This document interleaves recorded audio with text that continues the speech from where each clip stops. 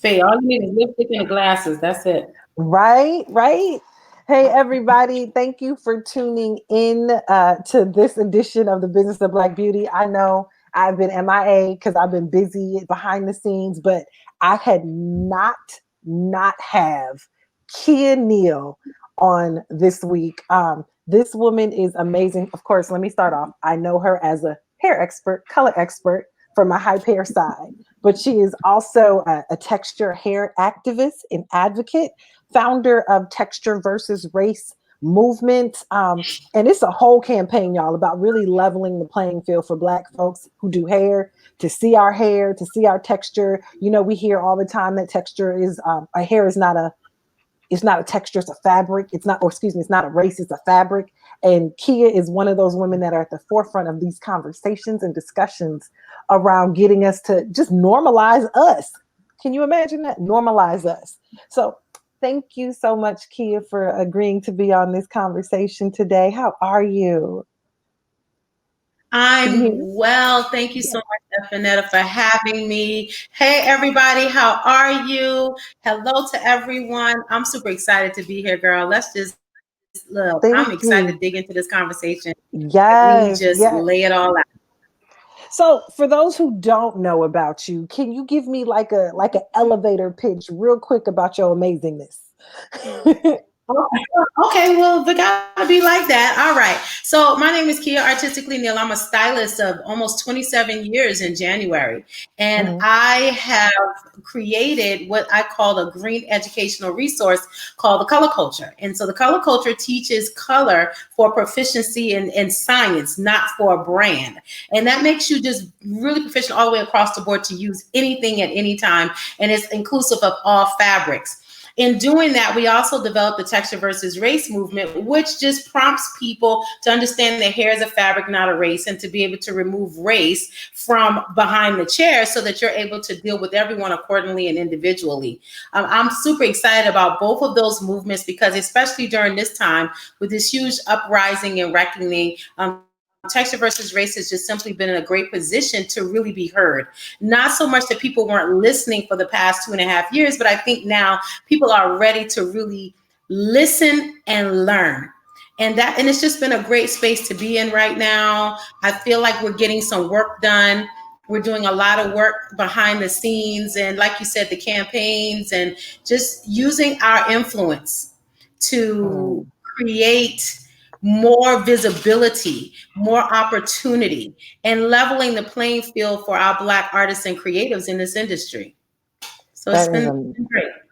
that's amazing. So y'all, I know there's a lot of people that talk about what they're doing in life with we have to normalize hair texture, but Keya is one of those activists, those go-getters, I'm gonna call her straight up and loud and proud about it, that she will go out and not just say, hey, you need to change how you're thinking or change how you're representing, but she will come in and up and disrupt what they have going on to reshape brands, companies, social media strategies around bringing us into the conversation. So it's not just saying, hey, we need to be here. She's saying, hey, not only am I'm creating a campaign to show you how to do this hair, let me come walk you through it. Let me come show you how to bring people in to celebrate Black hairstylists of color, to represent us. And that's something that's rare. A lot of people sell it, talk about it, and you're actually about it. So that is humbling and very just beautiful. You know what it is? It's more actionary. I think the thing about Hmm. Texas versus race is we try to put action in something physical and palpable Hmm. that we can touch, feel, see, experience, anything that creates an energy that says we did something. Like you have to create proof that you're moving. I've been Hmm. quoting John Lewis for ever since he died because I was mad researching him, and he's this one quote keeps jumping up to me, and it says, while you pray, move your feet.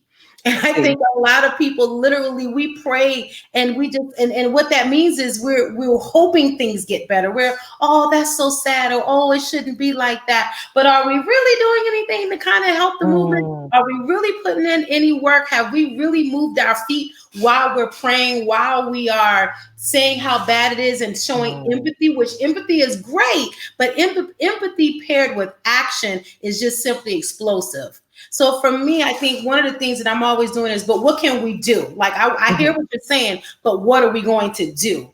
And I love being able to come up with strategies so that we can be more visible with feet in the ground and more footprints in the sand, if you will, along this journey. What was that moment that, like, what became the catalyst for you that said, I'm going to go from, being in the industry to being a reformer of the industry? That's an interesting story. Now, I did hair. I've always wanted to be an educator while I did hair. First of all, I went to Dudley Cosmetology. Yes. So first of all, I was always exposed to the advanced level of education. I was exposed to people who had a heart for people who wanted to see everybody advance. Like they educated on a level where you stayed until you got it.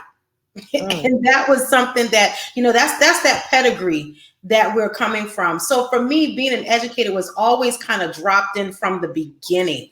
But how it sort of progressed was over time. I worked with a couple of companies. I did a little guest artisting over the years, but it wasn't until I started working at a multicultural salon, because I knew for me personally that my next laid in this space of doing something that I wasn't already doing. Like I was a great stylist in my area, but I had a very traditional Black salon with traditional Black women that visited that salon. And I wanted to do more. I wanted to expand. So in doing that, and working at a multicultural salon, that was a whole new experience for me. And I realized that there was so much behind the veil that we didn't know. And there was so much that we were missing out on, even as far as the business, as far as some opportunities, some of the opportunity, just being at a huge disadvantage period in the industry. We didn't even know. We didn't even know we were missing out on some of that, the amenities that the industry offered in those white cultural spaces. And I said, okay, so color culture needs to help our Black people level up. Now, I didn't create color culture just specifically to be the Black people's educator, but I knew for a fact that Black people would benefit greatly from that level of education. And that if I went from page one and I brought people up, no matter what your experience was in the industry or in color, that I could get you to a point where you were working smarter, not harder, and you weren't missing out on any opportunity to be your best self behind the chair. Now, that experience, it just, once you start living in that space, and I was like, I gotta tell people about this. Like, there's some stuff going on back here we don't know about. Then texture versus race jumps off, the ABCH. Now that I didn't see coming. Okay, I'm gonna be honest. I didn't see texture versus. I didn't see the advocacy. I saw the empowerment piece, but not the advocate. I didn't plan to be this huge disruptor. And to be quite honest, I was very laid back in the salons the first few years. Like I took a lot. I think it was a learning period for me. And then once I started really finding like, so we need some changes around here. Then I just started being more vocal about it. And one thing just kept leading to the other. And after a while, when texture versus race dropped in my lap, I was like, God literally just gave me that one day. Not to be long-winded, but it is such a story behind it, because it wasn't something I woke up with one day. The ABCH wanted me to teach a class. They wanted me to teach Black hair at their all-white organization. Right. I did not want to do that. You didn't want to be in a Black girl corner? No, because it was to teach us how to do Black hair. And I thought, like, why would I do that? Why would I, after all this work I've done to be inclusive of all fabrics and to be green, why would I go and do a class that now would put me in a proverbial box of Black girl doing Black hair with Black color only? I didn't want that. And so I struggled to try to find what was going to be the undercurrent of that education that would create or sort of lead me and keep me out of that box. So I was trying to figure out how to stay out of the box, And me and God had to go to the corner about that thing because I didn't understand what he wanted me to do there. And texture versus race dropped. And I was like, texture versus race? I'm gonna do a class called texture versus race. Like, who does that? And I was like, I'm not doing that. And God was like, oh, yeah, you are. So after a while, maybe like 3 months in, I didn't touch it. It just sat on my wall. Ooh. And I wrote it on the wall and I let it sit there for about 3 months. And then finally I went back to it and I said, all right, God, now you're going to have to tell me what I'm doing because I still don't have a curriculum. I have a name, but I don't have a curriculum. And then I was feeling that frustration. You know, sometimes we have to remember that when you go to God with your honest heart is when he really meets you there. And I literally said, I don't know. I don't know what you want out of this. Like, cause I don't, what am I saying? And I said, they ain't really got no problem doing no hair. These smart people, they know how to do hair. I was like, they just don't like doing people. They don't know how to do Black people. And God said, and that's what you're going to talk about. And I was like, right. But let's talk about this because I know you're in these spaces. I mean, I'm going to just look, full disclosure, like Keya connects every person that she can with other resources that there are, totally point blank. She did it for me. I've seen her do it for other people. And what I'm seeing is, okay, you're going into white spaces and teaching them about texture, right? But you are also calling in like the Black salons, the hairstylists, the people in the industry who are not getting those opportunities to be seen in those same spaces. So that's this extra buffer piece, especially when we're talking about this business of Black beauty, right? Which is about how we pull up to our own table. And you just, you know, I'm gonna create a table and I'm gonna eat off of all your tables and I'm gonna bring my homeboys through. That part. But you know what it's about? It's about making room and understand that God gave you two hands, one to reach up and one to reach back. But you got to use them both simultaneously. So when you get into these spaces, then you got to go in with the lens of where can I see other people? Where can I plug other things? Where can I make room for people? And that's the thing. If you get to a space and you look around and you're the only one there, no, you're working for you. You're not working for anybody else. And I know when it's a God thing, when it's either too big for me to do by myself, and it's also just not a space I can uphold by myself. I need other people. It's not just for me. I have to bring other people along. So if I have to get in your back office and be like, hey sis, you know, look what we're trying to do. That's what it's got to be. And I mean, I think that that's the one great thing about the space that I'm in, that I go in with my full voice leading me. People kind of know what they're going to get when they invite me to the room. Like I make that clear. So when I get there, I always go with the disclaimer of, you know, I'm here for Black people and I'm going to bring other people along, right? So if that's not what you want, don't let me in, because I come with others. You know, it's me and my folks got to come in. Like, you can't just bring me. But I also know that you have to strategically get in those spaces to make impact. Okay. And that's not always the easiest to understand if you're an onlooker. Catch what I'm saying? Sometimes people see you in those spaces, and if it didn't necessarily land in their lap right then, and they're like, oh, well, she's there. But you got to see the bigger picture, that you can't make impact where you don't have infiltration. So being in those special places and putting yourself in a place where you meet people of influence, people that make decisions, people that have the ability to change things, those are the people I'm always buying to meet and to get around, so that I can say, can I connect you with this one? Or, hey, I know somebody did this, you know, but that's the way I move. That's the way God intended it for me to do it. So, you know, you talked about these onlookers, that people on the outside just like, well, I don't even know how she did that. Or why would she do that? Because, you know, in a lot of realms, there can only be one, right? You know, that's how the mindset is. I hate that. What have been your challenges and how have you overcome them in that space when you are not only navigating the other territory, but even our own people territory? It's tough. Sometimes the toughest people to fight for are the people you're fighting for. Let's just be clear about that. Like I always sometimes got to flush things out. But I think when I realize at the end of the day that I put everybody in the same, there's two spaces we're going to be in. Well, three. There's people that know we need to move and go and we need to make change, and they're going to do things to make change. There are people that want to make change and be about the change but don't really know how to do it, but if you showed them they would. And then there are those people who they know they need change or don't know they need change, and either way they ain't gonna never change and they want to be where they are. You got to know the difference in your folks and know who you got to leave back there and be okay with that, because you can't drag everybody. You take people who are already looking to go that direction.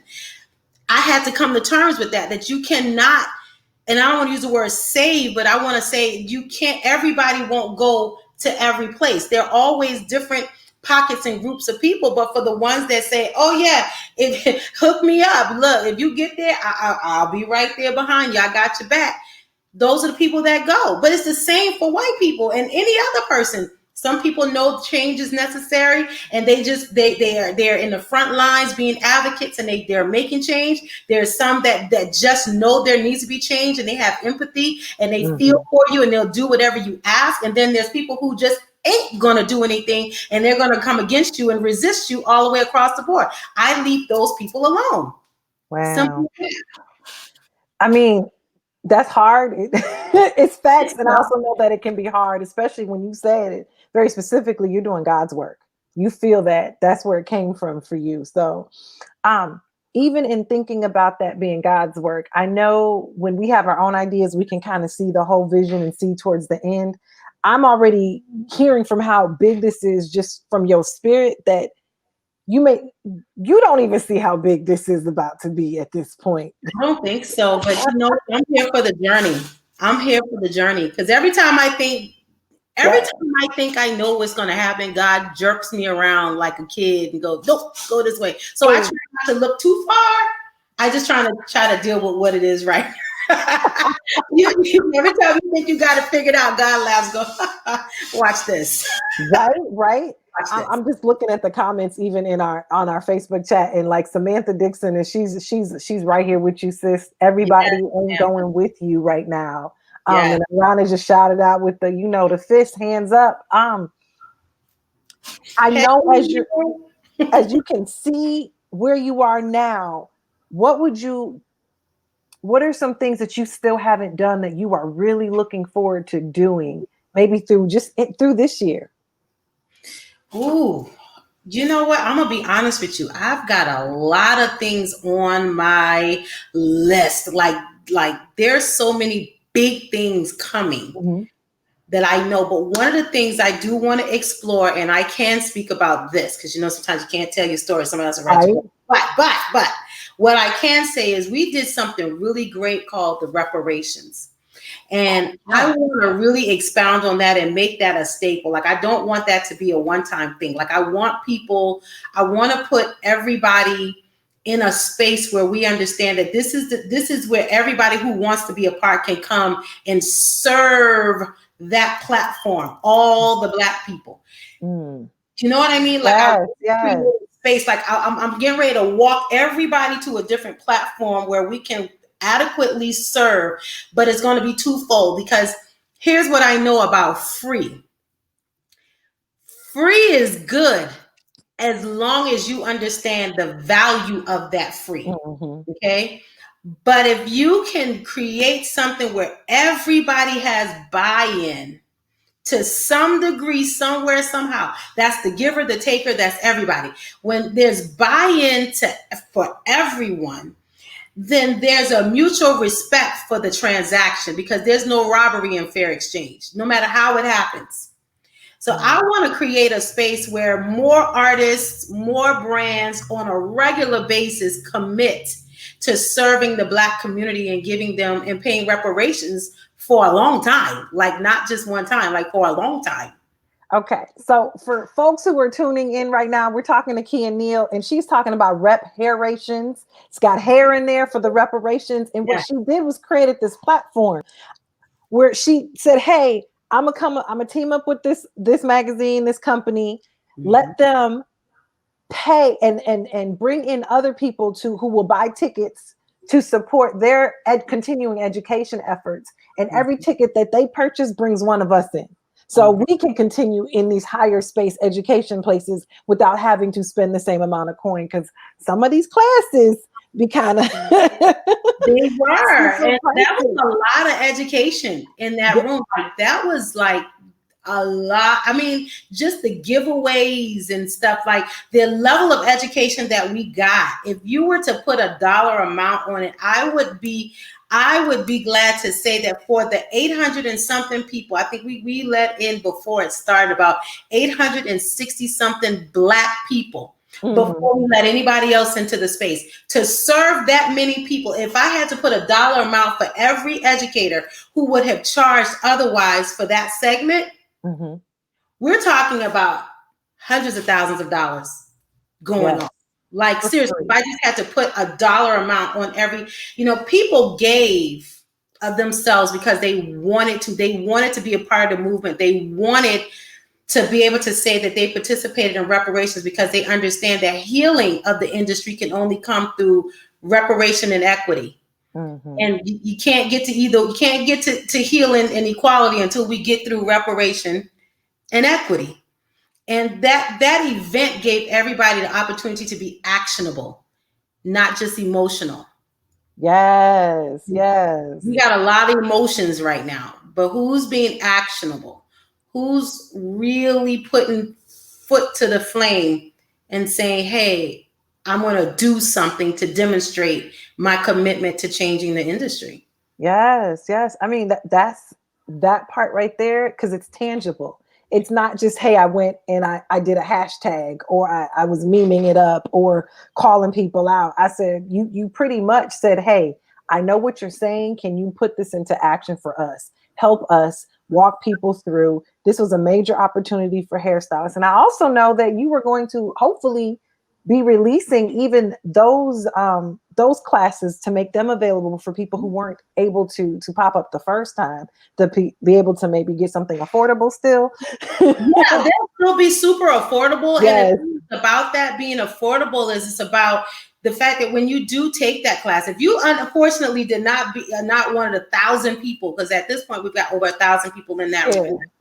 And if you're not a part of the first 1,000 that may have gotten it for free, then you can still buy it at a nominal rate, but then realize that we take that money, it'll be a forever charitable cause.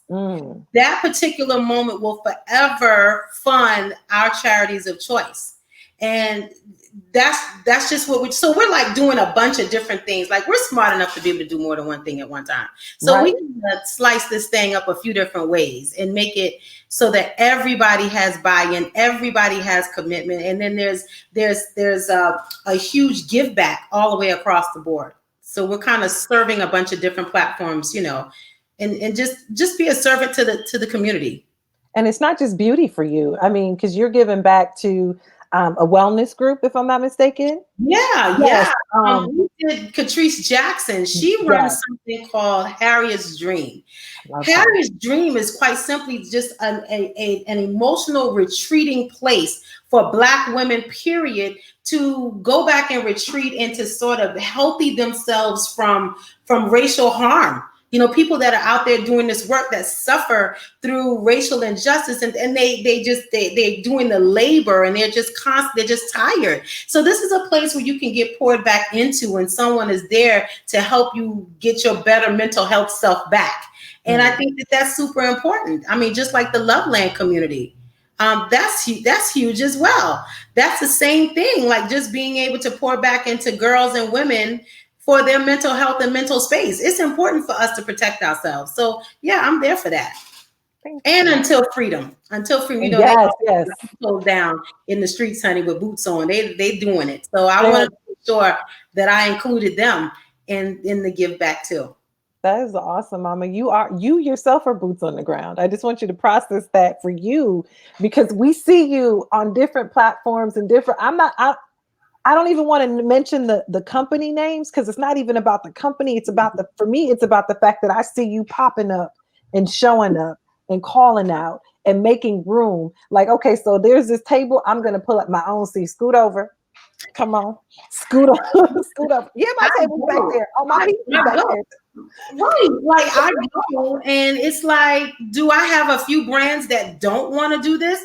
Absolutely. Not everybody is in for it. But if you are, honey, I asked you, you sure? What you doing when you get in bed with me now? It's a time over here. Like we're not playing. So when you see me align myself with a company, more than likely, you can trust that I've vetted them out and have had a lot more conversations and a lot more work is being done in the back office before you see me on the platform with them. All right. Yeah. And I'm not gonna go down and say if they don't do what they're supposed to do, then I gotta go down with them. No, we're gonna cut ties and you going down by yourself. And everybody, you didn't do what you were supposed to do, and that's a wrap. You know what I mean? Like it's as simple as that. That's why I love that God kept me from working with companies too long, because he knew I didn't need to be committed to anybody so that they would quench my voice. They would shush me or censor what I had to say. People are connected to me because they want me to speak the truth and give them the truth. And there's a difference. That's why there's so many educators that can't say what I'm saying. They agree, they do the work in the back, but it's a different process for them. Because they work for the company. I don't. Shout out to Damalia who just said that part right there. That part. And Luis Moreno, thank you for tuning in too, because you know your girl Keya is amazing here. You're so sweet. I mean, you really are, Mama. And I'm not trying to just toot you because I don't really be standing behind people. Just real honest. I've been watching from afar and I'm like, oh no, she's really, really about this and creating opportunities.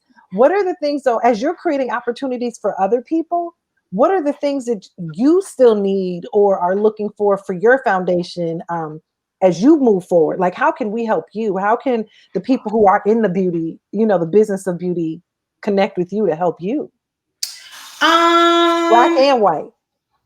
You know what I want from more, let me just say that what I want from more white people is to continue to give back, continue to connect and figure out what I need. Because sometimes I don't know what I need, but when I need it, and I need to know I can call you and that's a wrap. And I don't have to do too much back and forth and running around behind you to get it done. I need to know that when I call you, you answer and we get this done, period. Black people, what I need from you is to show up for yourselves every chance you get. So whenever that light shines, that song, Shine a Light on Them, I want you to be standing tall and in your full self and show up. So like when I call somebody and say, hey sis, I got an opportunity for you. There's a class, there's an opening at this show or that, or whatever it is. I want to be confident that I can turn the corner and not have to even think about that again, because I know you're going to take care of business and you're going to show up and be your full body self. And you're not going to make either one of us look crazy. You're going to do what you're supposed to do and show up. And that's what I need. I need Black people to take advantage of every opportunity that comes our way. I need you to start to amplify your own selves. I need you to really get into your business. And I want you to start elevating yourself and leveling up in some areas and just simply being in position so that when this wind blows your way, you are in the number. You are there and you get that. Like, that's all I really need right at this moment. But don't worry, if I need something, I'm going to help. I'm going to reach out and I'm going to say, hey, yo, Black people, this is what I need. Who got me? You know what I mean? But I don't have a problem with asking for help at all. But I know one thing I want. Is for Black people to take advantage, because this is a great time to be Black. This is a great time. Great time. Like there's no. We don't know. Look, we don't know when it's gonna be this good again, right? This is the best time to be Black. I wouldn't want to be anything else but Black ever, but especially right now. But show up, like you said, yes, to my represent for yourself, represent for the community, and let's change the narrative of how people see us. And when I tell people I'm going to help you see color differently, I mean that all the way across the board. Not only just color and coloring hair, but color as in color. They need to see us differently and we need to stop buying into this narrative that we're ghetto and that we're less than and that we are subpar or that we are inferior. No, we're not. No, we're not. I want us all to understand that is something that we mentally have to work at dispelling for ourselves.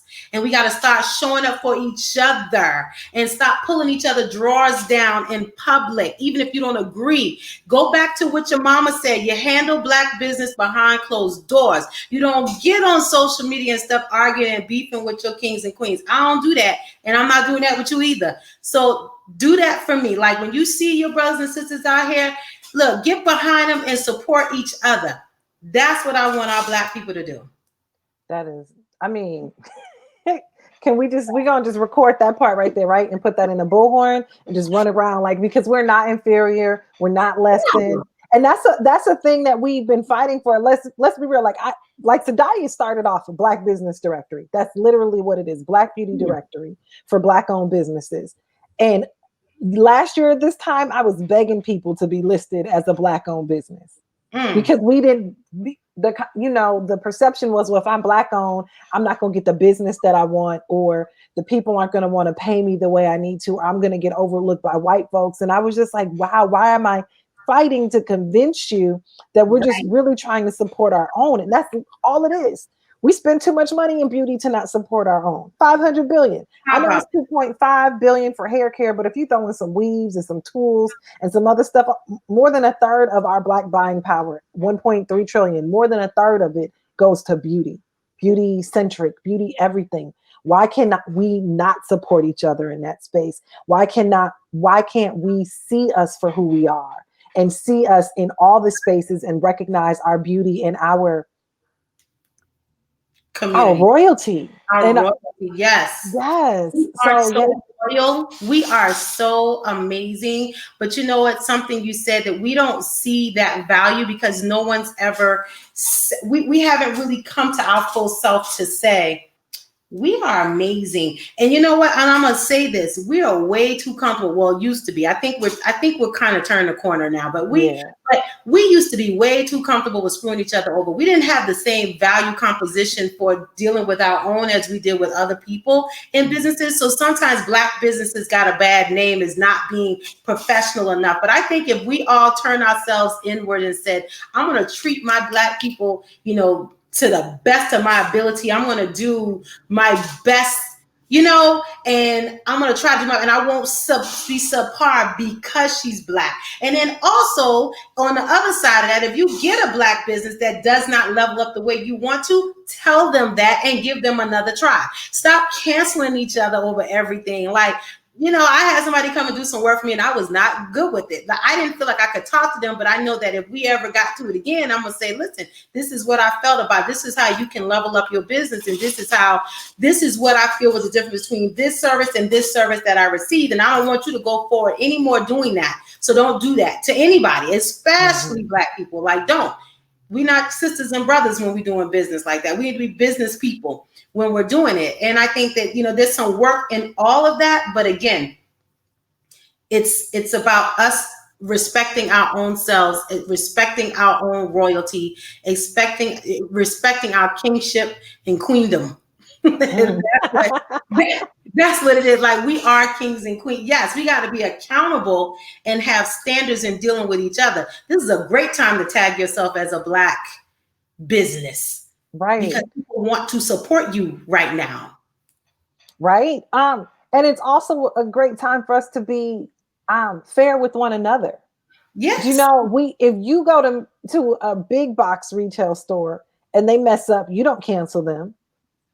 Why are you canceling each other? We're just learning. We don't even have the same footing. Like, I could see if we was at the big box status, but we just learning a lot of the business things ourselves. And you're just like, nope, let's have those conversations and let's not air each other out. I know we talk about dirty laundry and keeping that to ourselves, but I think it's not just being about dirty laundry, but it's about being able to put yourself in that person's position.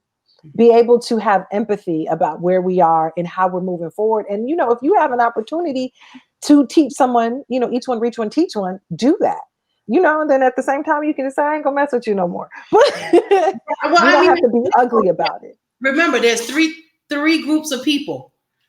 Yes. They want to do better and they will do better. They want to do better. They don't know how, and they don't even think they need to do better. So they just going to stay where they are. There's always three groups of people, but you got to know who you're dealing with and give them a chance to figure out who that person is and then be good with your decision after that. So if you do something to me and I think it was disrespectful, I'm going to come to you in the back office and say, Stephenetta, you know, I listen, I gotta tell you. And if you come back with, well, that's just what it is, you know, and but we either gonna work it out. But what I'm not gonna do is drag you in public. I just think it's not about a front, it's just about preserving our culture. We're trying to change the narrative of our culture. And I don't think that beefing, fussing, arguing, and tearing each other down in public is the best space for us to live in. That's my personal opinion. Now, I don't argue with queens and kings on social media now. I'll get to their back off. And now let me just say this now. If anybody get completely buck wild and crazy, I might have to, I will defend myself now because I ain't no punk now. That's yeah. But I will do my best to try to preserve that first. You can count on that. That's how we're supposed to be right now. Oh, we just gonna have to take like a 1 minute break real quick to just be like, yo, yesterday was your birthday, mama. She's out here. She's been working through her birthday, but just happy birthday. I celebrated my birthday all month long. I've been celebrating since October, thought about coming in. And I'm a month-long celebrator. So yes, I love birthdays, but this birthday was special. I didn't turn a great age, like, you know, a special age, but what I did was I saw my birthday, and I feel like there was 210,000 people who thought they had no reason to believe they wouldn't see their next birthday, and they didn't. And so for me, I'm grateful that I survived, that I'm here, and that I make an impact, and that God showed up this year and showed me what my purpose was and made it come all full circle. And I'm just amazed at the work that he did in my life through COVID alone. Wow. I know about you, I might not, you know, everybody not going to agree. I get that because everybody, we in the same storm, but we in different boats. But COVID for me was probably the best time of my life because I had to do so much introspective work, and I had to really pull from a space that I didn't really recognize a whole lot, and God had to really be there in that space for me. And I love the fact that I could hear him. He was talking to me specifically about what he wanted me to do, and I'm glad I followed what he said. And I feel like what we're doing right now is just simply explosive for the industry. I didn't know George Floyd was going to die. I didn't know that COVID was coming. I didn't know, but God just really gave me strategy and process. And I'm grateful that I even had the mind to think it, to hear it, and to follow through with it, even when it sounded completely weird and off the Richter for me. Like I literally had to say, oh my God, I'm glad I listened. So this birthday is special because I do feel like I did a lot more to be proud of and to see more change in the industry that I've been fighting for quite some time. Wow. That's awesome. This was a time for most of us to really pause and pivot, not reset, but really figure out our directions. And for someone like you, you were able to go full speed ahead where you were. And that's a blessing. Don't get me wrong now. I was like everybody else. I was taken aback. I laid on my back buck naked for about 2 weeks and was like, just like, oh no. Yeah, like eating all the snacks, like watching. I mean, I binge watched Netflix. I was like, what are we doing? And don't get me wrong, I was with everybody, you know, but then at some point I listened and God said, okay, stop wrestling with rest. Get some rest because I got work for you to do in a minute. So do this, rest. Don't do anything, rest. Yes. Literally, I heard stop wrestling with rest.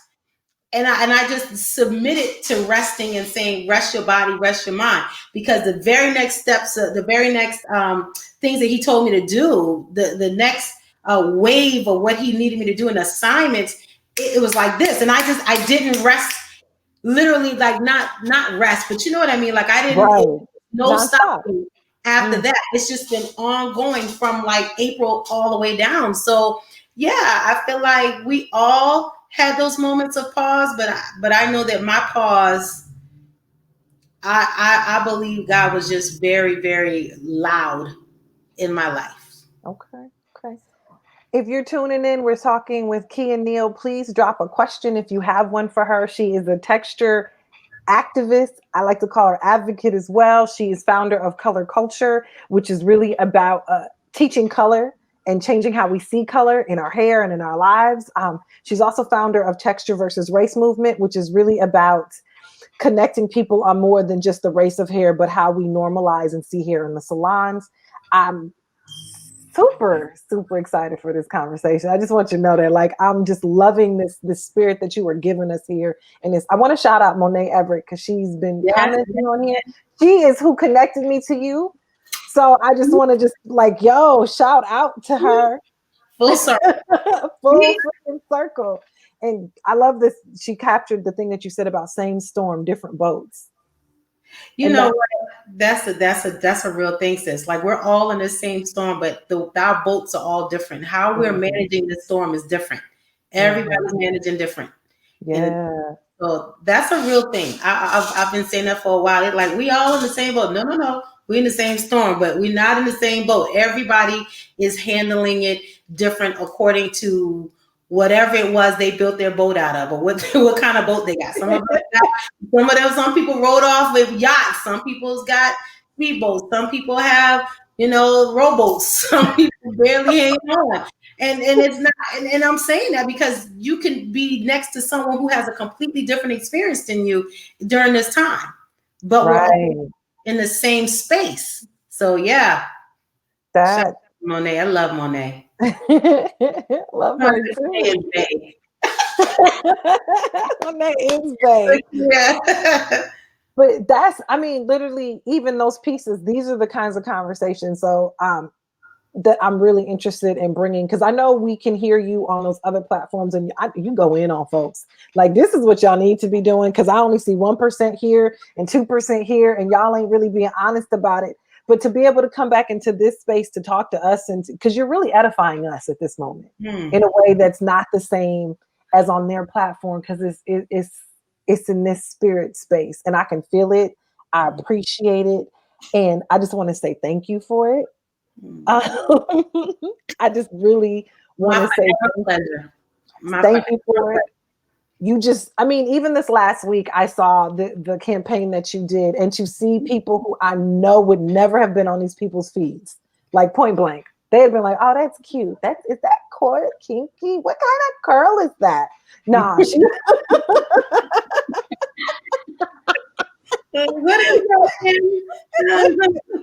Look, they was in the space, and that's a beautiful thing. And for some people, for people who aren't necessarily hairstylists, they may not see it in the same way. But to me, it's the same as if you had your hair oil, if you had your butters, if you had your shop, and someone put you into a different space. It's that each one reach one, teach one, and that's what she's doing, and that's super important when we talk about our businesses, because we can't do this by ourselves. Because if you do have a God agenda, you are not doing it by yourself. You know, you can't do it by yourself, and you can't do it just for yourself. That's just important, period. Nothing that you do, it's a God idea. It can be a good idea, but it's a God idea when it requires more people than yourself, and when you're doing it for more people than yourself. And I think that's been the whole premise of what we're doing. And I love that. Like, I love the campaign, and I definitely felt the vibe all week. Like, literally, people were in my inbox like the week before when they got noticed that they were going to be spotlighted, and that they, had been reached out to say, hey, we have been and we have to make sure we're clear about the words. They were intentionally seeking out diverse hair and stylists and artists.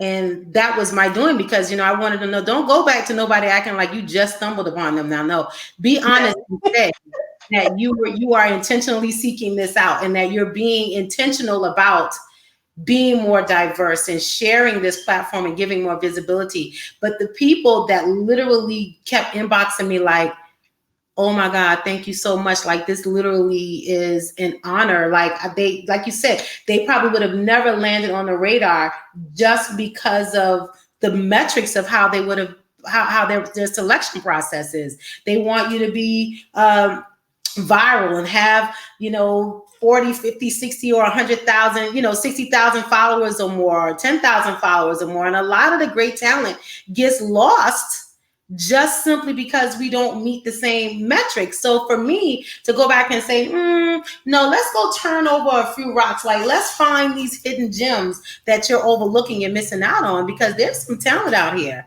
Y'all are just overlooking it. But I appreciate them for even wanting to do the campaign and really, buying in and saying, you're right. We have been, remiss, and we want to right a wrong. Period. They want to right a wrong. And they did that. Like, they gave a lot of visibility to people who otherwise would not have had it. And that's what it's all about. And I told them, I said, I'm going to ask them to send you something. They were like, no, they already sent us like a PDF. Like, we can get it framed. And I'm like, perfect. Because these are like tear sheets. These are moments. These are memories and things to commemorate for yourself and to put in your salon. Like, this is big to be on somebody's platform with 500,000 followers. Right, yeah. right. So you're impacting lives, you're pushing your movement forward, and you're getting, even your own platform is growing exponentially right now. What is, and you have reparations coming in addition to everything else. What do you want as you move forward? What do you want to be your legacy? The thing that you are known for. Question. Jesus, that's a good question, because I talk about legacy all the time. I want people to look back and have something to lean on and say, I came from that some kind of way. Like, I was a part of this. Now, if you had asked me that maybe like a year or two ago, this would have been my answer, because there's no legacy for Black people to come from. Like, if you ask any white person what their legacy or pedigree is, they would say, oh, I'm Paul Mitchell. Oh, I'm Aveda. Oh, I'm Vidal Sassoon. Or, they would tell you what their pedigree is. But if you ask Black people, what are your pedigree? If you didn't come from Dudley a long time ago, it's kind of like, well, I went to this school. You know what I mean? And we didn't really have anything to really hone it on to be our own. And I wanted color culture to be that legacy of color, of artists, of professionals, beauty professionals. I indeed wanted color culture to be a legacy. Well, now I still want color culture to be a legacy, but what I want now is for us to be able to coin these moments right here and say that we had something to do with changing this industry, and that on our name, that our names will hit pen to paper in the history books. This is what we did. And the industry will never look the same again. Like, that page back there, we'll never see that again. I want us to be in the history books. I want them to say, this is what we did. The texture versus race movement came in. Black people united. Woke white people united.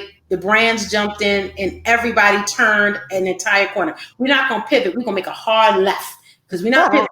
We're going to make a hard left and go a completely different direction. And I feel like we are doing that. It's like taking the wheel of the car. Yeah, that's what we're doing. So yeah, I want our legacy to be changed. I want our legacy to be, this is what these people did, so that our uprising beauty professionals, even in the world, globally, I want our children's children to be able to look back and read about what we did. They just want to read about it, not be about it. I don't want them to ever have to fight this fight again. Wow. Okay. Can't that happen? That's it. I mean, but that's it right there. I do see that. That's. I think that can happen. I think it is happening. I absolutely think it's happening. Like, as much as people say like, oh, this world is messed up and we're still going through so much. Yeah, but we're doing it through different lenses now. People are showing up and showing out, and we are making room. We're like cleaning out the dirt. Like, you can't create a new foundation until you dig up this old concrete. So yeah, it's going to be rough. It's going to be rocky. It's going to be hard. You're going to get some cuts and bruises. Yep. A couple people might even fall in the hole. But if we dig up this ground, what was been there, that old foundation, and dig that up and lay a new one. That's what I want to do. I want to lay a new one. I'm seeing it. All the people in the timeline, they are all making changes. Shout Aw. out Fatima. I see you on here too. Fatima Ampey, another amazing stylist. She is a G. Like people like her, she is a G. She is a legend. She's been doing this. Like me, I just jumped on the whole, like I've always had a mind for it, but this whole Texas versus race is less than 3 years old, maybe almost 3 years old now. And but there are people that have been doing this before me that have been fighting these fights before me. And we can never forget about that. Like we're all now coming together to say, okay, we making room. Let's do this. And I Right. love that. She's super supportive of me. She's in my back office all the time kicking game, honey. She'll tell me in a minute. I love her too. Take notes. Fatima is Bay. I mean, but I'm just literally looking at this timeline of folks who are leaving in those comments. And that's how you know that you are impacting change, because it's not where, you know, in those other places where there's just one. This is a whole body of folks coming together to be one. Yes. And that's what that's really what it's about. That's the difference right there. It's a body of people that are coming together to be one in all the different movements and all the different messages and campaigns. And it's like, but we right now understand how we have to move together. And that's really what the business of beauty, Black beauty is for me personally, and how I'm seeing it's moving in your world as well. And I just, oh, this is I'm beautiful. excited about the business of Black beauty. Like, I think this is an excellent conversation to start. Like you said, you had been gone for a little minute, but I think that this is an excellent time to really jump on that and to get great, more voices on here to keep amplifying and pushing this message so that we continue to reach more people and say, hey, jump in, jump on. Like, don't try to catch up. Just catch on. We already moving. Just catch on. What Right? we Ain't nobody got time to catch up. Catch There's on. room. Let's There's go. room. There's room to catch on, jump in, have these Jump conversations. in. That's what we really want to do. So that's like a big thing for me, is to create the platform, because we have the hairstylists who may not be getting on social media, but we're also not seeing them in the media, just general media telling their stories. So if I have a platform that I can write on a couple of magazines and also have my own site that it's like, hey, come talk, get those media hits. Let's really share your story, because I have come across some people who have amazing products, amazing campaigns, amazing purposes, and to be able to share them is a blessing in and of itself for me too. So yeah, Well, then thank I need you. to connect with you a little bit more so that I can create a resource hub as well. So then I need to connect with you so that when people say, even non-Black people, like Yeah, the idea is to create a more inclusive world, right? Like, I right, mean, right, right. We just got to connect. I want everybody's money. I don't just want mine. I don't just want, one. I just want us to hurry up and catch the wind of it as well. But Yeah. if the idea is to promote business, period, then I think that, for me to connect to you and put you on as a resource and say, hey, go to the business of Black beauty so you can find this. This is where equity is paying out. Mm-hmm. This is where we say, okay, good. You want to help Black businesses? Go pick one. Every time you need something, try to pick off this list first. Right. Come to Sadaya Black Beauty Guide. It's got, look, we got 1,000 businesses in there and counting. Well, there you go. Yo, I need to right, know that. right there, just alone, 1,000 businesses and counting that are Black owned beauty space. And we just want to keep it going. And that's why I'm just like, you were a no-brainer. I'm like, I have to get her on. I was hoping you were going to say yes too, because I was like, what is she too busy? I'm never gonna be too busy to talk to Okay. people. If I get that busy, then you know that it's really going down in the back. Like it's really, but but I don't ever see me being too busy where I can't, like you said, edify my community. Mm-hmm. I'm never going to be intangible. Now, there's some people that don't need to be talking to you now. You know what I'm saying? Some people you got, but some people just want to be talking for nothing. But I'm talking about people Yeah. that are strategizing and making moves and just maybe just need some pouring into. Yeah, I'm always there for that. Like I've had the same number for 20 something years. See, Yeah. well, if you don't know about Keya, I don't know why, but okay, if you don't, Please follow her at Keya Artistically on Instagram. Find her on her website at Color Culture. Find out about her movement or texture versus race campaigns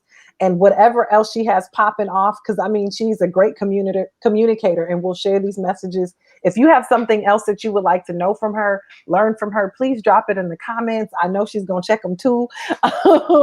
Yeah. Yes, and if you have something just to share with us, please drop it. I'm grateful for this conversation, and I look forward to having more with Keya and other folks that are in this business of Black beauty, so we can continue to elevate, amplify our voices, so we celebrate our Blackness to the point where it's normalized, where we don't have to just be begging to be seen or begging to look for things that look like us, because we've already created it and made room for it and forced other people to accept and move forward and create their own platforms that celebrate us as well. So absolutely. That's amazing. Y'all, please go on Instagram and follow me and encourage some friends to follow me. I'm like 20 people away from 10,000. I just want to see that little 10K. Oh, okay. We and follow me. If you're not, just follow me and that'll be great. I'm just, Laura, I like that. I hate that long number. I just want to see 10K.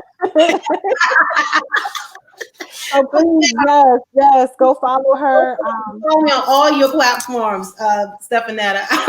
You gotta follow me on all of them. We're gonna get you to 10,000 before tomorrow. Let's work that out. Let's do that. By tomorrow. We're gonna claim that because you right there and you still pushing. So thank you. And I just want to say thank you for everyone that's tuning in. Please share this conversation with others and check back in next Monday. We'll be having more conversations going forward. So thank you, Keya. Thank you so much for having me. This was fun. This was amazing. I love talking to you. You're amazing. Thank you.